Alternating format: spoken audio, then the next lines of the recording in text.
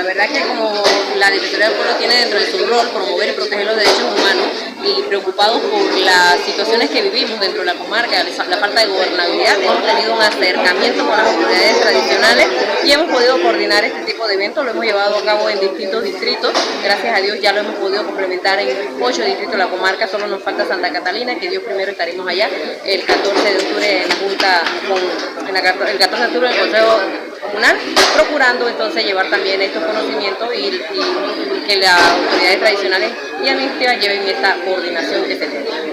Entonces se está desarrollando esto, se está viendo con buenas intenciones, hay buena producción de conocimiento, vamos a decir, de parte, porque hay muchos jueces de paz y autoridades, en este caso los jefes inmediatos, no coordinan. Esta capacitación está dando fruto prácticamente.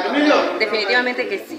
Sabemos que la ley 16 tiene muchas falencias, bueno, hay proyectos en la Asamblea revisándola, pero sí es muy positivo la participación que hemos tenido en las autoridades, se nota que quieren hacer un cambio y están participando en estos eventos. Ya para finalizar, hay un caso importante que ha ocurrido en la comarca sobre una violencia, pues prácticamente una mujer fue asesinada.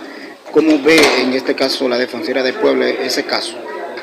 Desconozco los detalles, sin embargo sí puedo decir que dentro de la Defensoría del Pueblo tenemos una dirección que busca proteger los derechos de la mujer, brindamos acompañamiento, asesoramiento y le estamos dando seguimiento a todo esto. Definitivamente que es uno de los pilares de los temas a tratar por el Defensor del Pueblo y es lo que procuramos dar la atención a los ciudadanos.